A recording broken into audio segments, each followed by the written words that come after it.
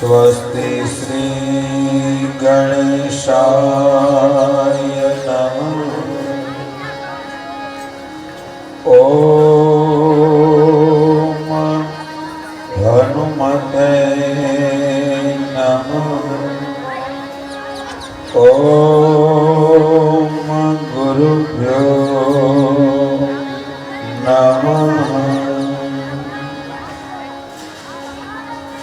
ओम सरस्वती नमः। वंशी विभूषितकरा नवनीरदाभा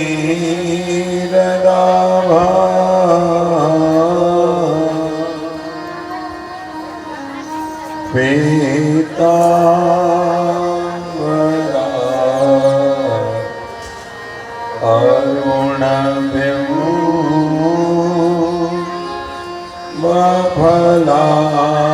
अरुणबिम्बफलाधरो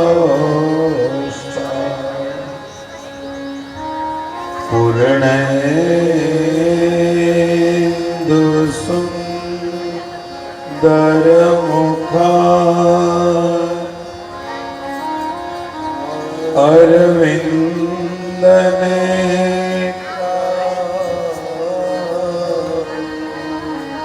कृष्णात्परं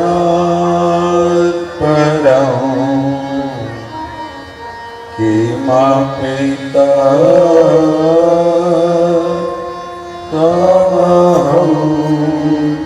न जाने।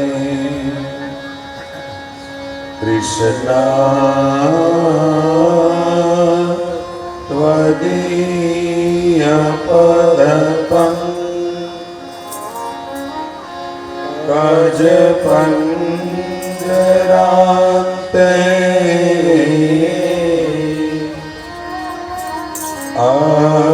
अद्वैव मे विशतु मां न सराजहंस।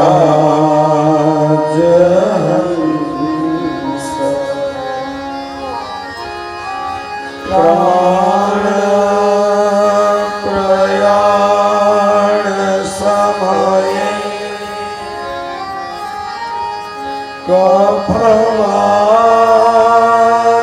कफवातपीते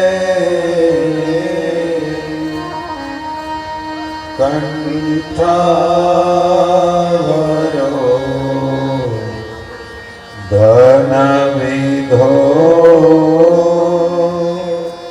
स्मरणं कुतस्ते। कंठावरो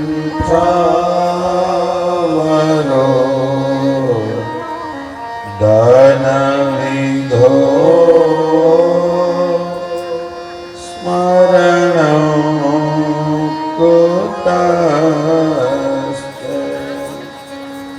बोले बाल मुकुंद भगवान की जय।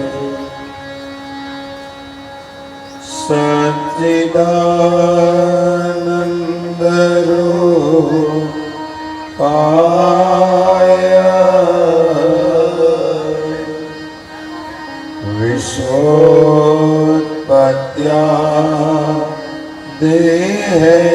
विश्वोत्पत्त्यादिहेतवे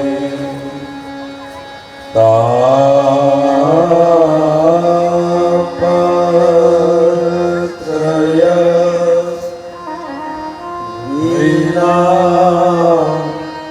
विनाशाय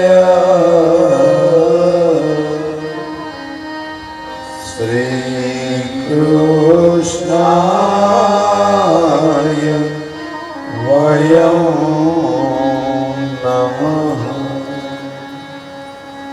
गुरुर्ब्रह्मा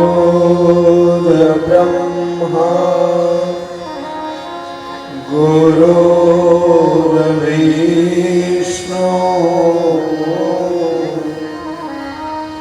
गुरुर्देवो महेश्वर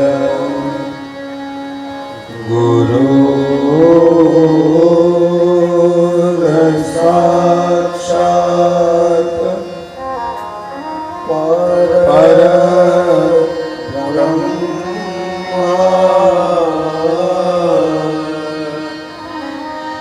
तस्मै श्री गुरुवे नमः। बोले सद्गुरु भगवान की जय। खोडियार मात की जय। ब्रह्माणी मात की जय। धावड़ी मात की जय। दुखी श्याम बाबानी जय। बजरंगदास बाबानी जय। पितृनारायण भगवान की जय। करार विंदे न पदार विंदम मुखार विंदे विनिवेशयन्तम् वटस्य पत्रस्य पुटेशयानम् बालमुकुन्दं मनसा स्मरामि। श्रीकृष्ण गोविन्द हरे मुरारी। हे नाथ नारायण वासुदेव। जिह्वे पिबस्वामृतमेव देव। गोविन्द दामोदर माधवेति।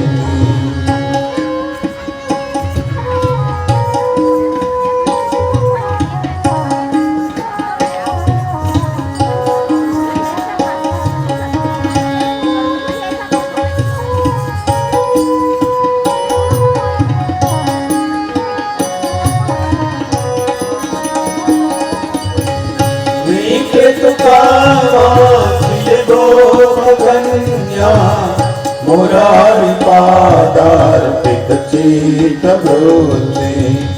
दात्यादिकं मोहवशादगोचरे।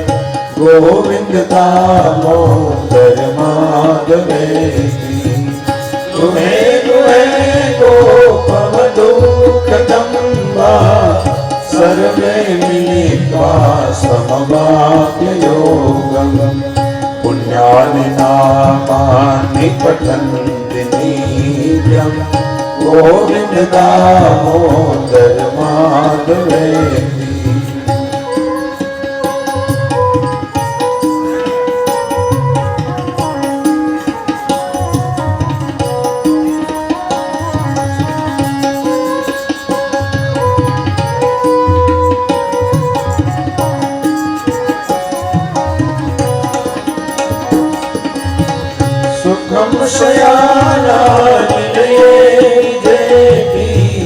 नामानि विष्णो प्रवदन्ति माया।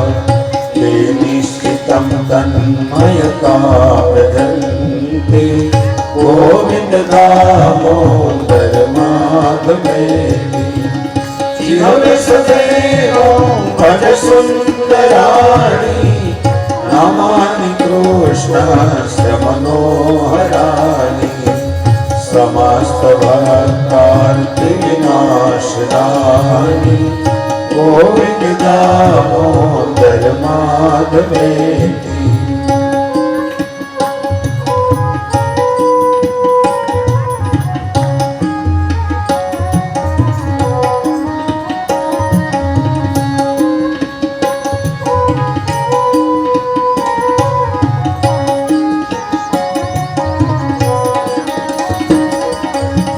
सुखावसानेदमेव सारम्। दुःखावसानेदमेव गेयम्। देहावसाने इदमेव त्वमेव चाप्यं गोविन्द दामोदर माधवेति श्री कृष्ण राधा गोकुलेश गोपाल गोवर्धन नाथ विष्णु शिव कृपा स्वामृतमेव तदेव गोविन्द दामोदर माधवेति गोविन्द दामोदर माधवेति गोविन्द दामोदर माधवेति। गिरिराज धरण की जय, सत्य सनातन धर्म की जय। श्री राधे राधे राधे तू श्याम से मिला दे, राधे राधे राधे तू श्याम से मिला दे। अरे राधे राधे राधे तू श्याम से मिला दे, राधे राधे राधे तू श्याम से मिला दे। श्याम से मिला दे, घनश्याम से मिला दे, श्याम से मिला दे, घनश्याम से मिला दे। ओ श्याम से मिला दे, घनश्याम से मिला दे, श्याम से मिला दे, घनश्याम से मिला दे। राधे राधे श्याम से मिला दे, राधे राधे राधे श्याम से मिला दे, श्याम से मिला दे, घनश्याम से मिला दे, श्याम से मिला दे, घनश्याम से मिला दे। राधे राधे राधे तो श्याम से मिला दे, राधे राधे राधे श्याम से मिला दे, श्याम से मिला दे, घनश्याम से मिला दे, श्याम से मिला दे, घनश्याम से मिला दे। ओ श्याम से मिला दे, घनश्याम से मिला दे, श्याम से मिला दे, घनश्याम से मिला दे।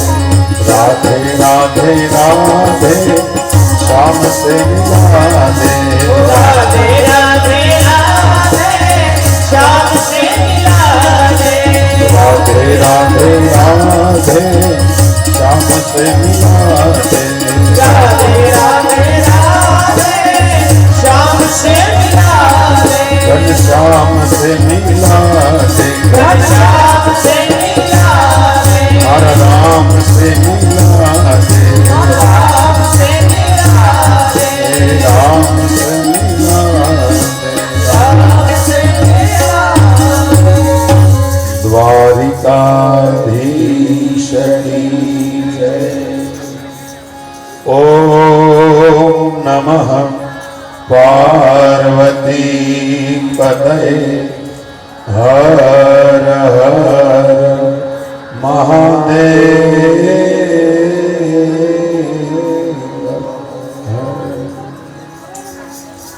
श्रीमद् भागवत कथाना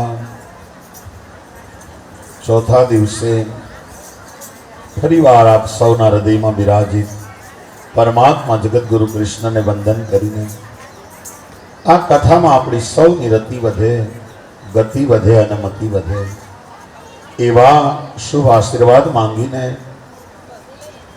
आ समस्त स्वर्गस्थ राघव दादा घोरी परिवारना आंगणे आवो शुभ मनोरथ पितृओना मोक्षार्थे थई रह्यो छे त्यारे आवो सौ भेगा मळी परमात्मानी दिव्य लीलाओनुं अनुगमन करीए, परमात्मानी दिव्य लीलाओनुं अनुसरण करीए अने परमात्मानी दिव्य लीलाओनुं आचमन करीए। भागवत ए मात्र कथा ग्रंथ नथी, आ ग्रंथ छे समाधि भाषानो ग्रंथ छे। कथा तो मात्र माध्यम छे आपने आध्यात्मिक सत्यो समजाववा माटे। गई कालनी कथामां आपणे जोता हता ભગવાન પ્રહલાદનું રક્ષણ કરવા માટે નૃસિંહ રૂપે પ્રગટ થયો છે. અને પ્રહલાદના ચરિત્રમાંથી જે ચળકતા રત્નો નીકળે છે, જે આપણને જાણવા જેવું નીકળે છે, એનું આપણે સૌ પ્રથમ રસપાન કરીએ.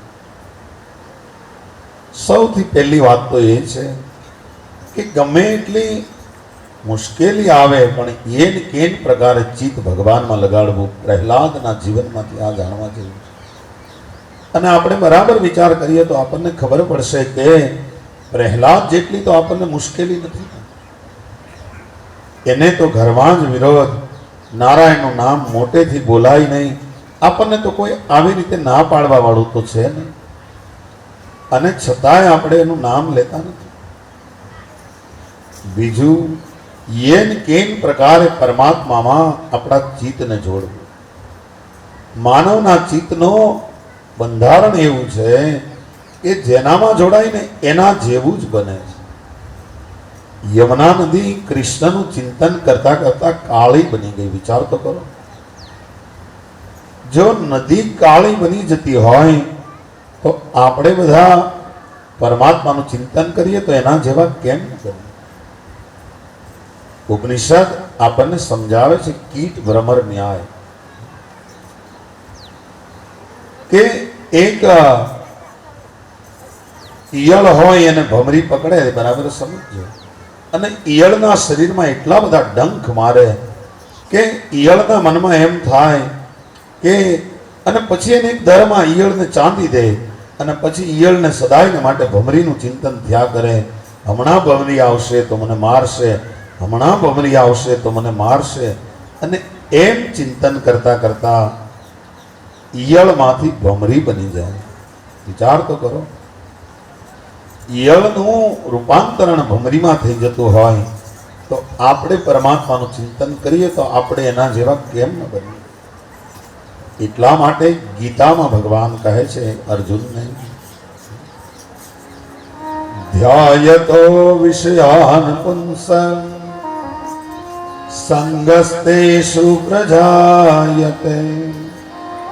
વિષયોનું ચિંતન કરનાર માનવ એ વિષયને પામે છે, પણ પરમાત્માનું ચિંતન કરનાર પરમાત્માને પામે છે. જેવો સંગ કરીએ ને એના જેવા બનીએ, એમ ભાગવત કહે છે. અને ભાગવત તો ત્યાં સુધી આપણને છૂટછાટ આપે છે. જો ભાગવતનો મંત્ર, કામ દ્વેષાદ ભયસ્ત્રેહ હૃદા ભક્તેશ્વરે મનઃ આવેશ્યમ તદ્ધમ હિત્વા બૃહસ્પત ગતિમ ગતાઃ.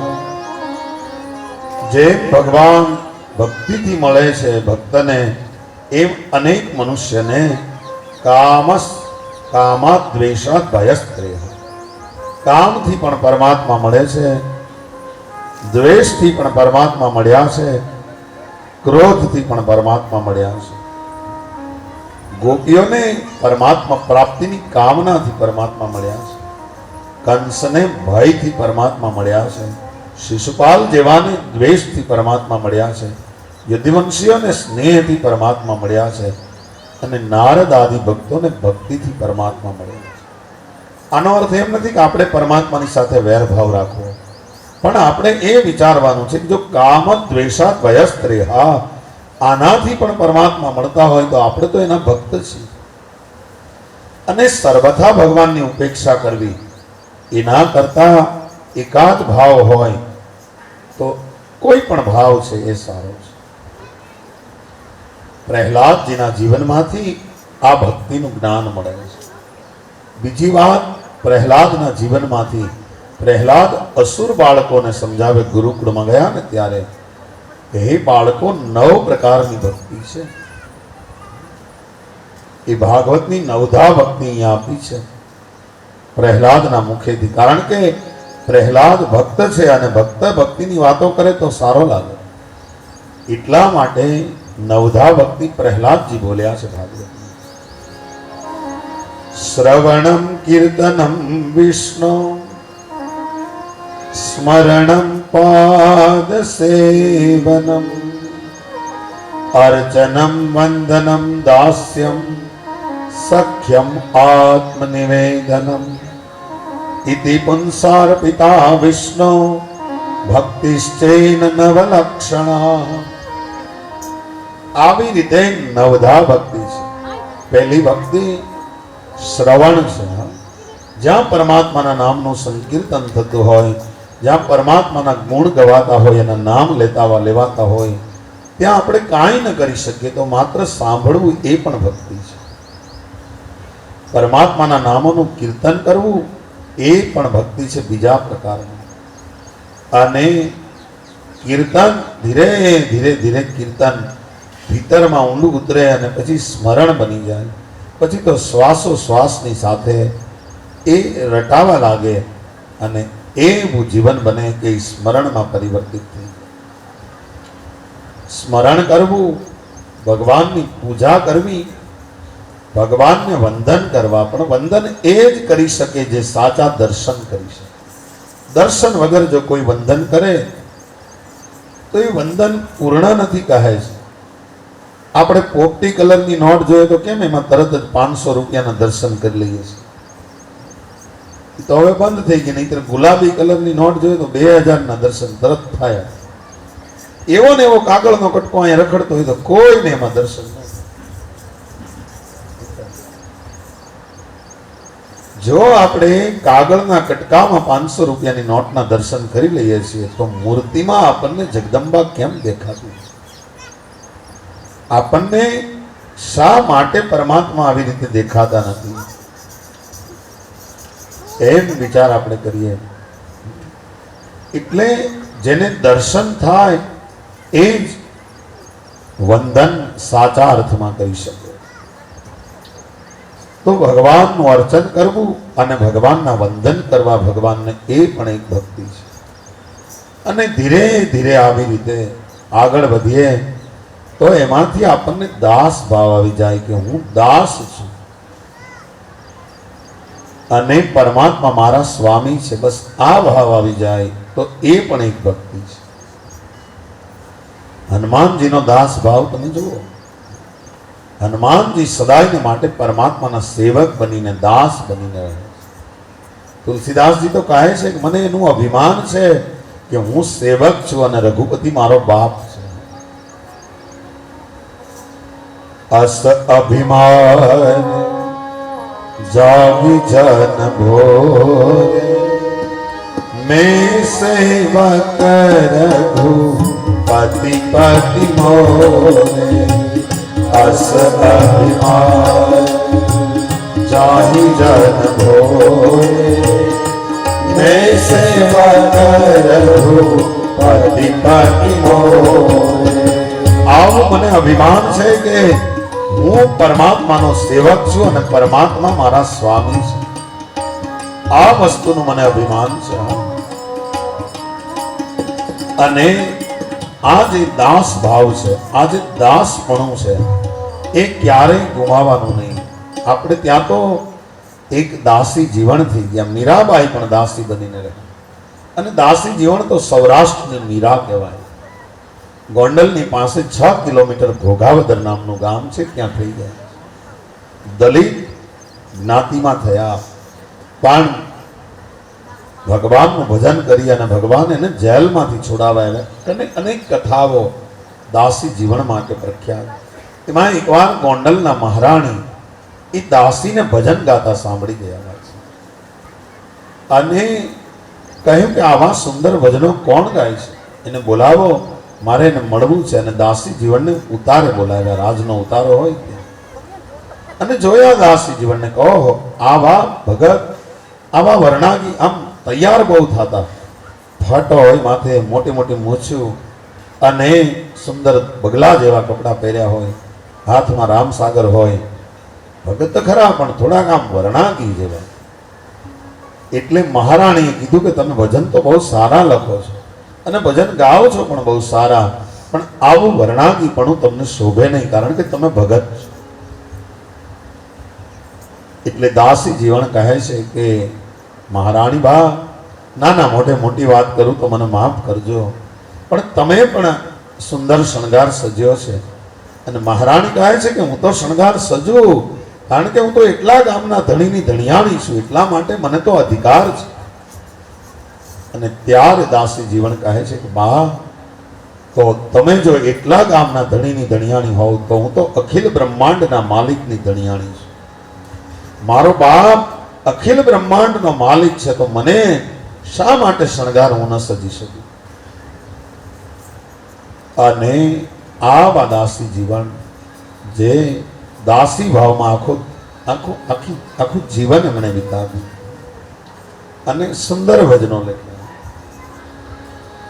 દાસી માતે શેનો દાવો, મારે મોલે આવે નહીં મારો. દાસી માતે શેનો દાવો, મારે મોલે આવે નહીં મારો. આવડો ભાવો મારા માવા, આવડો ભાવો આવા બોલ્યા. રામ ભજનની તું રે મારે પૂરા જન્મની પ્રીત્યું. મારે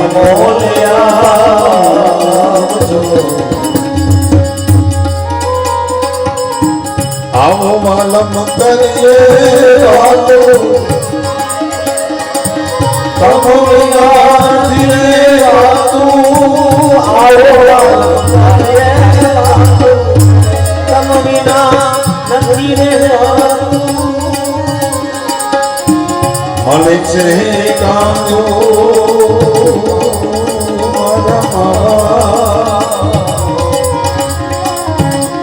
મળે છે કાંદો. હે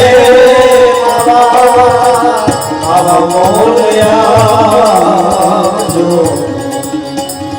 રામ ભજનની તુરી તુરે મારે પૂરા જન્મની તું. હે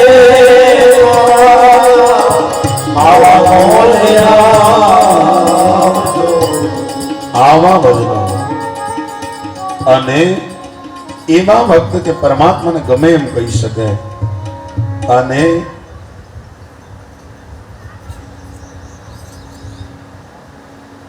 પરમાત્માને ગમે તેમ કહી શકે. ખેધીલાને કહેજો, ઓલા વાદીલાને કહેજો, આવડી મારી. પિયોજીને મળવા રે રે રે હાલો સખી શૂન્યમાં.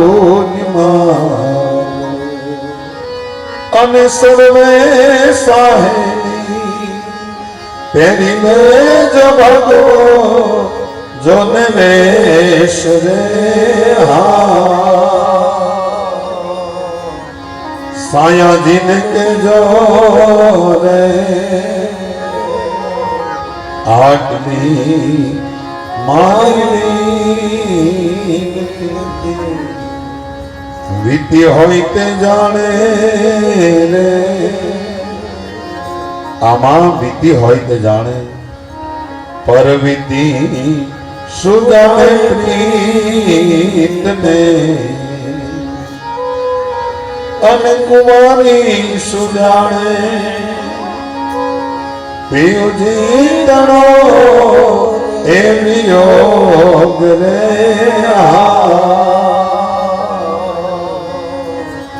સાયાજીને કેજો રે આટલી મારી. આ દાસી ભાવ છે. અને દાસ્યમ સખ્યમ પછી તો સખા ભાવ આવી જાય. સુદામાની જેવો કે પરમાત્મા મારો મિત્ર છે, મારો ભાઈબંધ છે. અને એ સખા ભાવ પછી આત્મનિવેદન, આ 9મા પ્રકારની ભક્તિ છે.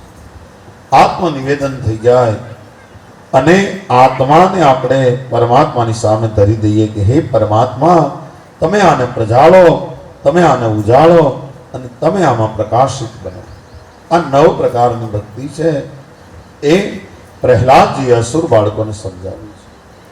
અને સર્વોચ્ચ સાર્થકતા તો ભક્તિ છે.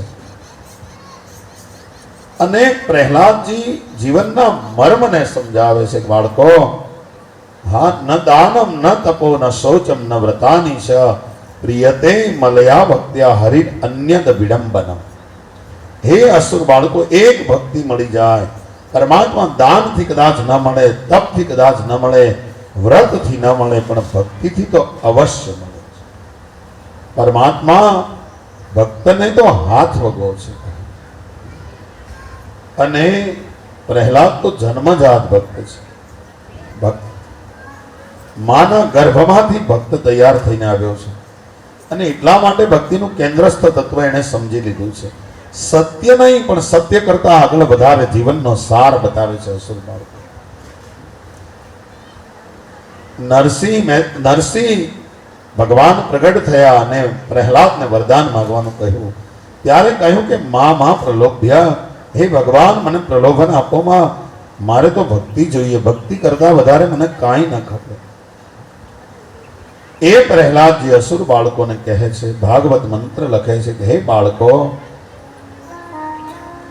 કૌમારેત આચરેત પ્રાજ્ઞઃ ધર્માન ભાગવતાનિહમ દુર્લભમ માનુષ જન્મમ તદપ્યમ ધ્રુવમર્ધનમ. હે બાળકો, મનુષ્ય જન્મ દુર્લભ છે. અને એમાં કૌમારેત આચરેત પ્રાજ્ઞા, કુમાર અવસ્થા, બાલ્યાવસ્થામાં પરમાત્માની ભક્તિ મળી જાય ને તો એ ઉત્તમ છે. યુવાનીમાં તો આપણને કામ સતાવે, ક્રોધ સતાવે, વૃદ્ધાવસ્થામાં આપણું શરીર આપણને સાથ ના આપે, પણ બાલ્યાવસ્થા એવી છે જેમાં માણસ સૌથી ઓછો બગડેલો હોય છે. સરળ હોય, નિર્વિકાર હોય, નિર્દોષ હોય, હૃદયનું ખુલ્લાપણું હોય, આ હૃદયની તાજગી હોય, આ બધું સહાયક બને છે. અને બાળપણમાં જે ચિત્તની ધારા વહે છે એ કોરી પાટી હોય, એમાં જેવો અક્ષર લખીએ એવો લખાય છે. એટલા માટે બાળપણમાં ભક્તિ મળી જાય એ ઉત્તમ છે. અને તમને એવું નથી લાગતું કે કથાને પણ આપણે ઉંમરનો વિષય કરી નાખ્યો છે? બાળકોને આપણે ઘરે સમજાવીને કથામાં બેસાડતા કરીએ ને તો બહુ મોટું કામ થાય. રાષ્ટ્ર માટે એ બાળક કામ આવશે જેણે આ કથા સાંભળી હશે. પણ બાળકોને આપણે આપણી રીતે રમવા દઈએ ને ઘેરે વાર્તા કહેતા નથી. આ બધી કથા આપણે જાણીએ. કાલે કથામાં જઈએ ને બેટા તો આ સરસ મજાની વાર્તા આવશે, તું સાંભળજે. વાર્તા એટલે જ બનાવી છે કે નાના બાળકોને આમાં રસ પડે. મોટા માટે તો અધ્યાત્મની વાતો છે. પણ આપણે તો કે હવે બાળકો જતા હોય તો આપણે કહીએ કે હજી ક્યાં તમારી ઉંમર છે કથા સાંભળવાની, નિરાંતે જાજો, અમારી જેવા ગરઢા થાવ પછી. અને એટલા માટે અને ક્રાંતિ યુવાન કરી શકે. યુવાનોનો આદર કરો, બાળકોનો આદર કરીએ આપણે. એની અંદર જે સત્વ છે એની ઉપરથી પડદો જ્યાં સુધી હટે નહીં ત્યાં સુધી. અને પડદો હટે એ જરૂરી છે. શાસ્ત્રોમાં કોઈએ ગઢપણ માગ્યું નથી. અક્રૂરજીએ કૃષ્ણ અને દાવને માગ્યા છે. વિશ્વામિત્રજીએ રામ અને લક્ષ્મણને માગ્યા છે. કોઈએ ગઢપણ માગ્યું નથી. બધાએ યુવાનોને અને બાળકોને માગ્યા છે કે તમારા બાળકોને રાષ્ટ્રની સેવામાં સમર્પિત કરો. બાળકોને સંપત્તિ ના આપી શકીએ આપણે વારસામાં તો કાંઈ નહીં, પણ એને સંસ્કાર આપીએ ને તોય મોટી વાત છે. પછી તો ગઢપણ આવે ને આપણે ગોવિંદ ગાવાનું શરૂ કરી, પણ અંગની પીડા એટલી થતી હોય, અંગમ ગલિતમ પલિતમ તુંડમ દશન વિહીનમ. પછી તો અંગ ગળી ગયા હોય, પીડા થતી હોય, દવાખાનામાં આપણને દાખલ કર્યા હોય, 104 ડિગ્રી તાવ હોય, અને આપણા હાથમાં કોઈક માળા આપી દે કે લ્યો આ ફેરવો, તો શું ફેરવી શકાય? રામ કયો. એ તો શરીર સારું હોય ત્યાં સુધી ભજન થઈ શકે. એટલા માટે આપણા સાહિત્યકારો કહે છે દ્રગ દ્રગ નહીં તેજ દેહ જબ ડગમગ પગ પગ મગ મગ અલગ પરમ દ્રગ દ્રગ નહીં તેજ દેહ જબ ડગમગ પગ પગ મગ મગ અલગ પરમ જગ જગ મુખ દંત બચન જબ ભગ ભગ જમ અનુચર લગ ભગ જગરમ જમ અનુચર લગ દ્રગ દ્રગ નહીં તેજ આંખમાં તેજ ના હોય અને દેહ જબ ડગમગ અને પગ પગ મગ મગ અલગ પરમ પગલા આડાવડા પડવા મળે અને જગ જગ મુખ દંત બચન જબ ફગ ફગ દાંત ન રહે અને મોઢામાંથી વાણી પણ ફગાવવા લાગે અને ત્યારે માનજો કે જમ અનુચર લગભગ જગરમ ત્યારે યમના દૂતો આપણી આજુબાજુમાં આટા મારતા પછી કાંઈ ભજન થાય? પછી કાંઈ ભજન ન થાય. એટલા માટે બાળા વેશે ભક્તિ કરે અને જગમે રહે ઉદાસ સબ તીરથ ઉનકી આશા કરે ક્યારે આવે હરિનો દાસ. એ બાળપણમાં ભક્તિ મળી જાય એ જ ઉત્તમ છે એમ પ્રહલાદ કહે. અને બાળકો કાંઈ ગિરનાર નહીં વયા જાય અને બાળકોને આપણે કથામાં લઈ જશું તો એ કાંઈ સંન્યાસ ધારણ નહીં કરે. એ તો સંન્યાસ ધારણ કરવાનો હશે અને તમે ગમે એટલો રોકશો તો રોકાશે નહીં. અને જેને ધારણ નહીં કરવાનો એને પાંતરી કથામાં લઈ જાઓ તો કાંઈ ફેર નહીં કરે. વિચાર કવિઓ ગાય છે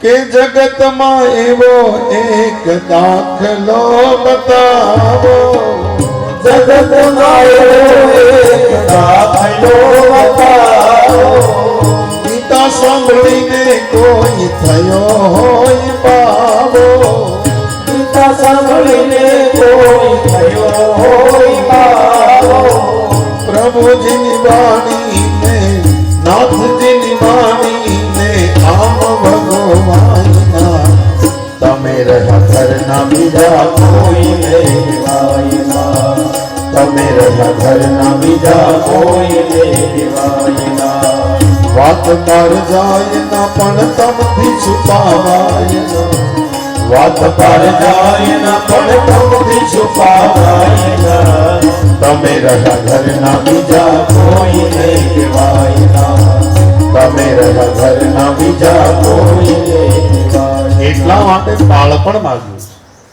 બાળપણ છે અને પ્રહલાદ અસુર બાળકોને સમજાવે છે ન અષ્ટુતમ પ્રિણયતો બહવો યાસો સુરાત્મજા.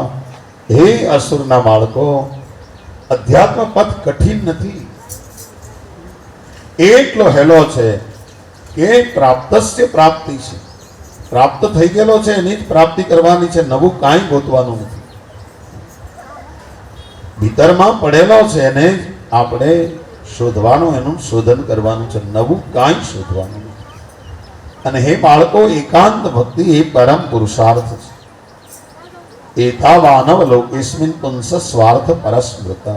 સંસારનો સૌથી મોટો સ્વાર્થ એ જ ભક્તિ છે.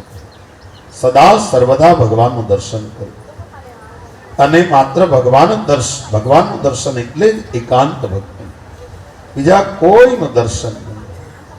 સર્વ ખલ્વમિદમ બ્રહ્મ. આપણે જે જોઈએ એ બધામાં આપણે બ્રહ્મના દર્શન કરીએ બસ એ જ મોટામાં મોટી ભક્તિ છે.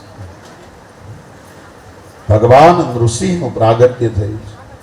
પ્રહલાદ જીવ છે અને નૃસિંહ ભગવાન પરમ બ્રહ્મ છે. સમજો. હિરણ્યકશિપુ પડદારૂપ અભિમાન છે અને માયાનો વિસ્તાર છે. ભક્ત ભક્તિ કરે અને માયાનો વિસ્તાર અભિમાન એમાં વિઘ્ન નાખે અને ભગવાન પોતાના ભક્તને તારે. આ કથાનો સાર છે. આ સ્તંભનું ફાટવું એ કોઈ સામાન્ય સ્તંભની વાત નથી. આ મેરુદંડનું ફાટવું એમાં થતો કડાકાની વાત છે. સ્તંભનું ફાટવું અને પ્રચંડ નાદ ઉત્પન્ન થવો અને એમાંથી ભગવાન ઋષિનું પ્રગટ થવું એમાં એ ઘણું મૂલ્યવાન છે. મેરુદંડમાં સુષુમ્ણા છે. એનો આકાર સ્તંભ જેવો છે. સ્તંભ દ્વારા મેરુદંડ સ્થળ સુષુમ્ણાનો માર્ગ સૂચિત થાય છે. અલૌકિક નાદ થાય છે અને ત્યારે અસુર મરે છે કહે છે. આત્મજ્યોતિ સ્વરૂપે ભગવાન ઋષિ પ્રગટ થાય છે. એટલા માટે આને મેરુ પર્વત કહ્યો છે સંતો. ચડવું છે કાંઈ મેરુડે આસમાન સંતો ભાઈ ચડમુકાય મેરુડે આસમાન આમાં આડા રે અવળા રે સંતો વાક ઘણા રે આમાં આડા રે અવળા રે સંતો વાક ઘણા રે અજર પ્યાલા જરિયા ન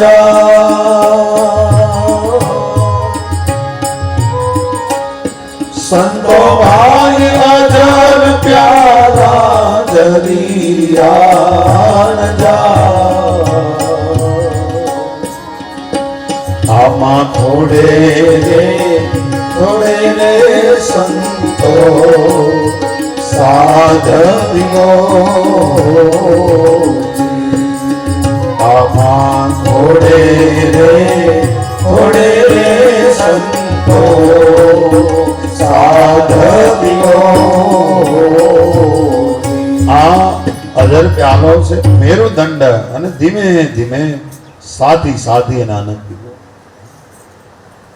આ વિજ્ઞાન એમ કહે છે કે પહેલા એક કોષી સજીવો હતા અમીબા પછી પેરામિશિયમ અને પછી 2 કોષી સજીવો થયા પછી એના કરતા મોટા પછી એના કરતા મોટા પછી વાંદરાઓ થયા અડધો માણસ અડધો પશુ પછી નાના એવા વેંતિયા માણસો થયા અને પછી આપણે બધા થયા વિજ્ઞાનનો ઉત્ક્રાંતિવાદ ડાર્વિન નામનો વૈજ્ઞાનિક આવી બધી વાતો કરે વિજ્ઞાનમાં અહીંયા તમે જુઓ તો મત્સ્ય અવતાર પછી કચ્છપ અવતાર અને પછી અડધો મનુષ્ય અને અડધો પશુ એટલે નૃસિંહ પ્રાગટ્ય અને પછી નાનો એવો એટલે હમણાં વામન અવતાર થશે પછી એકદમ ઓર્ડિનરી એટલે રામ અવતાર પછી એક્સ્ટ્રા ઓર્ડિનરી એટલે કૃષ્ણ અવતાર અને હવે જે થશે તો એક્સ્ટ્રા ઓર્ડિનરી એટલા માટે આવા અવતાર આ વિજ્ઞાનના સત્યને પણ સમજાવે અને હિરણ્યકશિપુ દેવથી ન મરે દાનવથી ન મરે આ અભિમાન દેવથી ન મરે અભિમાન દાનવથી ન મરે અભિમાન મનુષ્યથી ન મરે અભિમાન પશુથી ન મરે અભિમાન અંદર ન મરે ઘરમાં બહાર ન મરે અભિમાન અસ્ત્રથી ન મરે અભિમાન શસ્ત્રથી ન મરે પૃથ્વીમાં ન મરે આકાશમાં ન મરે દિવસે ન મરે રાત્રે ન મરે તો કહે છે કે અભિમાન એકમાત્ર પરમાત્માથી મરે છે એટલા માટે આવી કથા કહી છે પરમાત્મા હિરણ્યકશિપુને મુક્તિ આપી છે અને 7મો સ્કંદ અહીંયા પૂરો કરે છે પછી 8મા સ્કંદમાં એક નવો મન્વંતર છે અને એ મન્વંતરમાં પ્રિયવ્રતના દીકરા ઉત્તમ નામના મનુ થયા છે એમાં એક ભગવાનનો સત્યસેન નામનો અંશાવતાર થયો છે અને ચોથા મન્વંતર એની પછીના મન્વંતરમાં એક તામસ નામના મનુ થયા છે ને એમાં ભગવાનનો હરિ નામનો અવતાર થયો એની કથા સાંભળો ભાગવતના ઋષિ લખે છે આસિત ગિરિવ્રજો રાજ ત્રિકૂટમ ઇતિ વિશ્રુતમ ક્ષીરોદેનાવૃત શ્રીમાન્યો યોજનાયુતમુષ્ટિતમ ત્રાવકા વિસ્તૃત પર્યક ત્રિભિશૃંગે પયોનિધિ એક ક્ષીર સાગર નામનો સમુદ્ર છે એમાં એક પર્વત છે બરાબર સાંભળજો કથા આ મારી તમારી કથા છે અને આ પર્વતને 3 શિખર છે એક સોનાનું એક ચાંદીનું અને એક લોખંડ અને એની આજુબાજુમાં સુંદર મજાનો બગીચો ઋતુમાન નામનો બગીચો છે એની આજુબાજુમાં સરોવર છે અને એમાં એક ગજેન્દ્ર નામનો હાથી રહે છે હાથીઓનું ઝુંડ રહે છે એની ભેગા હાથણીઓ અને બધા, અને આ ગજેન્દ્ર એનો સરદાર છે. તમે બધા કથા જાણો, હું તમને પહેલા ટૂંકમાં કહી દઉં કે એ હાથી પરાગરજની સુવાસના કારણે અને વાયુને આધારે સરોવરને કિનારે જળ પીવા માટે આવ્યો. જળ બહુ મીઠું લાગ્યું અને એ હાથી આ સરોવરમાં પડી અને સ્નાન કરવા લાગ્યો. પોતાની સૂંઢમાં પાણી ભરી ભરી પોતાની ઉપર ઉડાડવા લાગ્યો અને પોતાના બચ્ચાની મદનિયાઓની ઉપર, હાથણીઓની ઉપર પણ ઉડાડવા લાગ્યો. અને ત્યારે આ જળમાં એક મગર છે, એમણે હાથીનો પગ પકડ્યો. હાથીએ પોતાનું બધું બળ લગાવ્યું, પણ જળમાં તો મગરનું બળ વધારે હોય એટલે મગર પગ છોડતો નથી. ભાગવતમાં એવું લખ્યું કે આ પર્વત જે હતો એ 10,000 યોજન ઊંચો હતો અને આ હાથીએ ને મગરે પકડ્યો. પછી એને 1,000 વર્ષ સુધી મગરની સાથે યુદ્ધ કર્યું. પોતાનું બધું બળ અજમાવી લીધું, આંચકા મારીને છોડાવવાનો પ્રયત્ન કર્યો, પણ બધા વ્યર્થ, કારણ કે મગર બળવાન છે. અને જબ લગ ગજ બલ અપનો વર્ત્યો, ત્યાં સુધી નેક સરો નહીં કામ, પણ નિર્બલ ને બલરામ પુકાર્યા તો આય આધે નામ, સુનિધિ મેને નિર્બલ કે બલરામ. એ પોતાનું બધું બળ લગાડ્યું. ગજેન્દ્રનું મન ઉત્સાહ રહિત બની ગયું. હાથીને સમજાણું પોતાની શક્તિથી છૂટી શકાય એમ નથી અને અંતે નિર્ણય લીધો કે કાળ બળવાન છે, સાપની જેમ સર્વને ગળી જવા માટે પ્રચંડ વેગથી દોડતો આવે છે અને આ કાળમાં જો કોઈ ભગવાનને શરણે જાય તો ભગવાન એને તારે છે. એક કમળનું પુષ્પ હાથીએ પોતાની સૂંઢમાં લઈ અને હરિને યાદ કર્યા છે. આવો આપણે પણ એને યાદ કરીએ. ગજેન્દ્ર મોક્ષમાં ભાગવત મંત્ર લખે છે, નમઃ શાંતાય ઘોરાય મૂઢાય ગુણધર્મિણે નિર્વિશેષાય સામ્યાય નમો જ્ઞાન ઘનાય ચ નમઃ આત્મ પ્રદીપાય સાક્ષિણે પરમાત્મને નમો ગિરા વિદુરાય મનસચેતસામતિ ક્ષેત્રજ્ઞાય નમસ્તુભ્યં સર્વદક્ષાય સાક્ષિણે પુરુષાયાત્મમૂલાય મૂલ પ્રકૃતિએ નમઃ. સુરદાસજીએ તો પોતાની વાણીમાં આ કથાને ગાય છે. ગજેન્દ્રએ ભગવાનને પુકાર કર્યો, પણ કેવો પુકાર છે! हे गोविंद हे गोपाल अब तो जीवन हारे, हे गोविंद हे गोपाल अब तो जीवन हारे, हे गोविंद राखो शरण अब तो जीवन हारे, हे गोविंद राखो शरण अब तो जीवन हारे.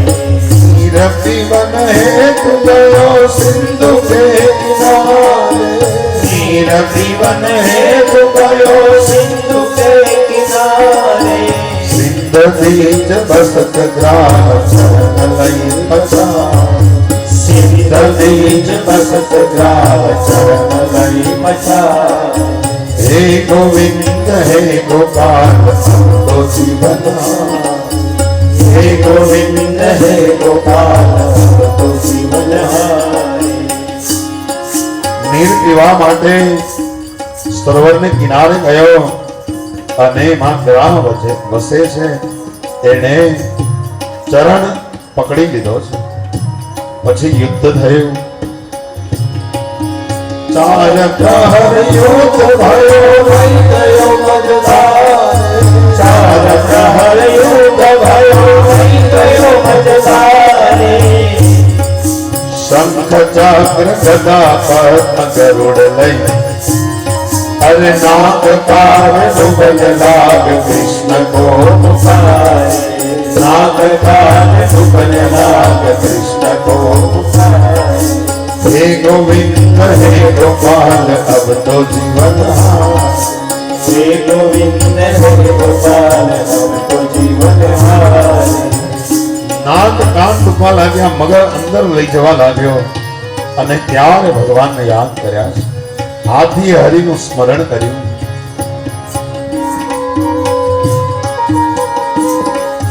દ્વારિકા में शब्द गयो शोर भयो भारी, द्वारिका में शब्द गयो शोर भयो भारी, शंख चक्र गदा पद्म गरुड़ लई सीधा, शंख चक्र गदा पद्म गरुड़ लई सिधारे.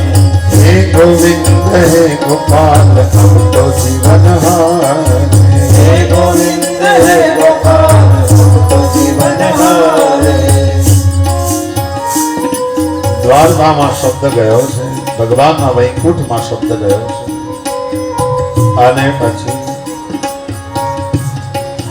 सूर कहे श्याम सुनो चरण है तिहारे, सूर कहे श्याम सुनो शरण है तिहारे.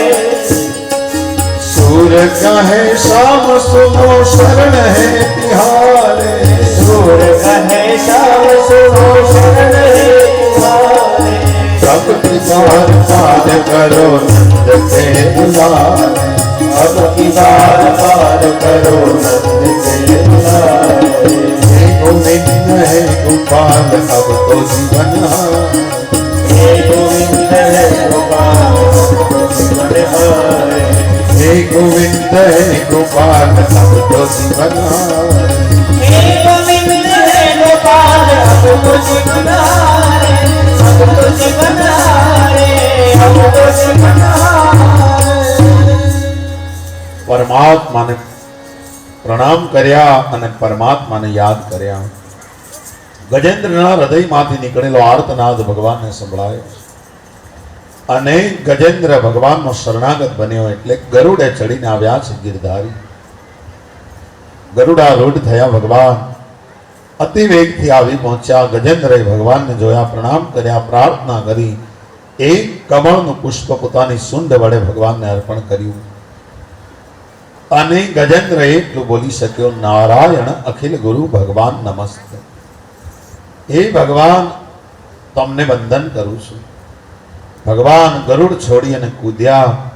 ગજ અને જૂડને એક સાથે ઉપાડી પહેલા તો સરોવરની બહાર મૂકી દીધા છે અને બધા દેવોની સામે પોતાનું અમોઘ ચક્ર ચડાવી અને ગ્રહના મુખને ચીરી નાખ્યું છે અને ગજેન્દ્રને મુક્ત કર્યો છે. ભગવાન દેવતાઓએ ઋષિઓએ બધાએ ભગવાનની પુષ્પની વૃષ્ટિ કરી છે અને જોડ પર કૃપા કરી અને ભગવાને ચતુર્ભુજ નારાયણનું રૂપ ધારણ કર્યું છે. એ કથા છે. હવે આ કથાને આપણે સમજીએ બરાબર. આ કથા તો આપણે અનેક વાર સાંભળી છે, ગજેન્દ્ર મોક્ષની કથા.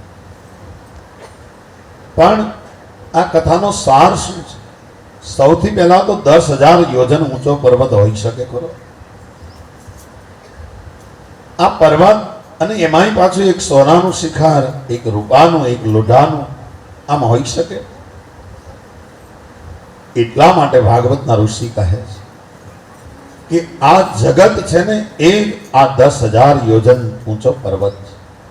એમાં સત્વગુણ છે, સોનાનું શિખર છે, રજોગુણ છે, ચાંદીનું શિખર છે અને તમોગુણ છે, લોખંડનું શિખર છે. એમાં આજુબાજુનો બગીચો છે, આ સંસાર છે અને જે સરોવર છે એ માયાનું સરોવર છે. આપણી જેવા ગજેન્દ્રઓ પોતાના ઋણાનુબંધ જીવો હારે આ જગતમાં રહે છે. વાત સાંભળી. અને આ બધા જીવો માયાથી પ્રેરિત થઈ અને સરોવર સુધી જાય છે. માયાનું પાન કરે પણ ધરાતા નથી, એટલી આમાં સુગંધ અને એવું મીઠું પાણી લાગે છે. અને પછી પોતાની સૂંઢમાં લઈ લઈ પોતાના છોકરા ઉપર આપણે માયા છાંટીએ છીએ. તમે પીવો, અમે પીધી આ માયા અને અમે તો ન છૂટી ગયા, હવે તમે આમાં ફસાવો. અને એટલા માટે ગજેન્દ્રએ આવું કર્યું છે. પણ આ માયાના સરોવરમાં જઈએ પછી અભિમાન નામનો ગજેન્દ્ર છે, માયા જનિત મોહ છે, એ આપણો પગ પકડે છે. અને એ પગ પકડી લીધા પછી 1000 વર્ષ, ભાગવતે તો 1000 વર્ષ ઓછા લખ્યા. આપણે તો લાખો વર્ષથી આની હારે મહેનત કરતા હશો તો શું ખબર છે? તોય આપણે છૂટી શકતા નથી, કારણ કે આપણે એમ માનીએ છીએ કે હું મારા બળથી છૂટી જઈશ, અને આપણે આપણા બળથી છૂટી જવાનો પ્રયત્ન કરીએ ત્યાં સુધી આમાંથી છૂટતા નથી. પણ માયાપતિને શરણે જવાથી માયામાંથી છૂટી શકે. જ્યારે ગજેન્દ્ર માયાપતિને શરણે આવે છે ત્યારે એ માયામાંથી છૂટે છે. આ જ આ કથાનો સાર છે. આ મગર ગયા જન્મમાં હું નામનો ગંધર્વ હતો. એકવાર સમુદ્રમાં દેવલ ઋષિ આવ્યા અને આ ગંધર્વે દેવલના પગ પકડ્યા ડૂબકી મારીને, અને દેવલે એને શ્રાપ આપ્યો કે તું મગર બની જા. ત્યારથી આ હું નામનો ગંધર્વ મગર બનીને આવ્યો છે. અને ગજેન્દ્ર ગયા જન્મમાં દ્રવિડ દેશનો પાંડ્ય વંશી રાજા ઇન્દ્રદ્યુમ્ન હતો. નારાયણનો પરમ ઉપાસક હતો. પરમ તપસ્વી રાજપાટ છોડીને મલય પર્વત ઉપર મૌન ધારણ કરી અને રહેતો હતો. અને એમાં એકવાર અગત્ય મહારાજ પોતાની શિષ્ય મંડળી સાથે પધાર્યા અને એને સત્કાર કરવાનો ભૂલી ગયો. અગત્યને એની ઉપર ક્રોધ આવ્યો અને એને શ્રાપ આપ્યો કે તમે હાથીની યોનિમાં જાઓ. આ રીતે ગજેન્દ્ર અને ગ્રાહ બંને આવેલા. આ ત્રિકુટ પર્વત એ આ ત્રિગુણાત્મક જગત છે.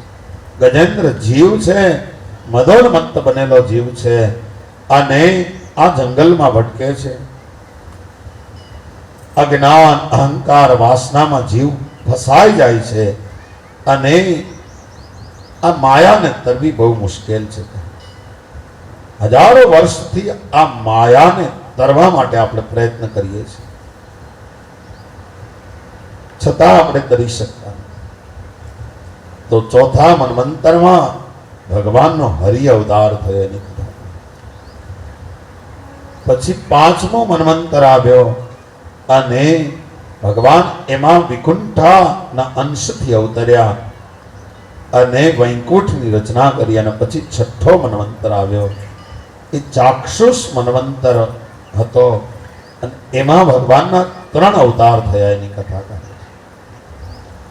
એકવાર વાત સાંભળજો, એ 3 અવતાર ક્યાં થયા? પરીક્ષિત મહારાજ સુખદેવજીને પૂછે છે, અને ત્યારે સુખદેવજી જવાબ આપે છે કે હે રાજા, દેવતાઓ અને દાનવોએ ભેગા મળીને સમુદ્ર મંથન કર્યું, એમાં ભગવાનના 3 થી 4 અવતારો કહે છે. એની કથા મને સંભળાવો. એટલે સમુદ્ર મંથનની કથા કહેવા માટે છે. એકવાર દુર્વાસાએ ઇન્દ્રને પ્રસાદીની માળા આપી, અને એ માળાનો ઇન્દ્ર મહારાજે અનાદર કર્યો, કારણ કે ઇન્દ્રને ઇન્દ્રપણાનું અભિમાન છે. અને એટલે દુર્વાસાએ શ્રાપ આપ્યો કે દેવો તમારું દેવાતન હરાઈ જાય. અને આ દેવાતન હરાણા પછી દાનવો એની ઉપર આક્રમણ શરૂ કર્યું. આ તેજ, આ રતિ પાછી લાવવી, પણ કેવી રીતે? બધા બ્રહ્માજીની પાસે ગયા. બ્રહ્મા કહે તમે ઋષિનો અપરાધ કર્યો છે, નારાયણને પૂછો. અને બધા દેવતાઓ નારાયણની પાસે ગયા છે. નારાયણ કહે છે કે દેવતાઓ, જો તમારે તમારું દેવાતન પાછું લાવવું હોય તો એક રસ્તો છે. કે બોલો મહારાજ, અમને બતાવો કે આ જગતમાં બધી ઔષધિઓ, બધા વેલા પાંદડા, બધી વસ્તુ ક્ષીર સાગરમાં નાખી અને મંદરાચલનો રવૈયો બનાવી અને વાસુકીના નેત્રા બનાવી, અને જો તમે આ સમુદ્રનું મંથન કરો અને એમાંથી અમૃત નીકળે, દેવતાઓ તમે અમૃતનું પાન કરો તો તમને ફરી વખત પાછો તમારું તેજ પાછું મળે. અને એટલા માટે દેવતાઓએ નક્કી કર્યું છે, દાનવોને સાથે રાખો કહે છે, કારણ કે આ મંથન એવું છે જે સદગુણો અને દુર્ગુણોની વચ્ચે જ. આ સમુદ્ર મંથનનો આપણે અર્થ સમજશું. પછી આનો આધ્યાત્મિક અર્થ શું છે? સૌએ મંદરાચલનો રવૈયો બનાવ્યો અને મંદરાચલ પર્વતને ઉપાડવા માટે જાય, ઉપડતો નથી.